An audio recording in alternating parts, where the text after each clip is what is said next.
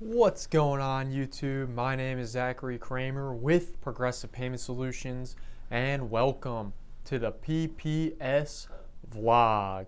Today we're going to be talking about international merchant accounts. Let's begin. An international merchant account allows you as the business to accept credit cards in multiple countries and multiple different currencies. Now, you're probably thinking, okay, that's pretty obvious. Why would I want that? Why would I need that? It's not for everyone. It's only if you're going to be doing business overseas, or if your business is already overseas or in another country. It doesn't have to be overseas, and going to be doing business in the U.S. But with a foreign entity. Now, there's a few things to know when opening a merchant account overseas.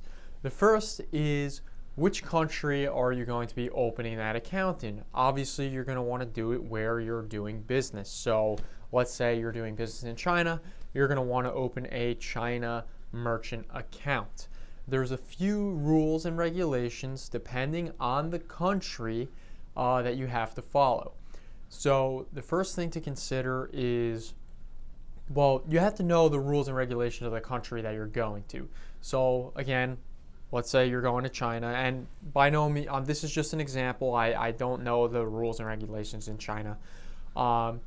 Let's say you're going to be in China, and they say, okay, in order to open a merchant account, you need to incorporate here. Then that's what you're going to have to do. And in some cases, not only do you have to incorporate in that country, you also have to have a bank account in that country. So you can't use a bank account from the United States if you're going to be processing in China.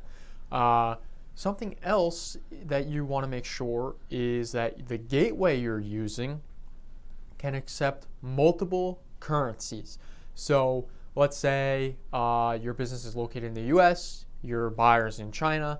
You're going to want to make sure that the local currency, yen, is going to be converted into the US dollar and vice versa.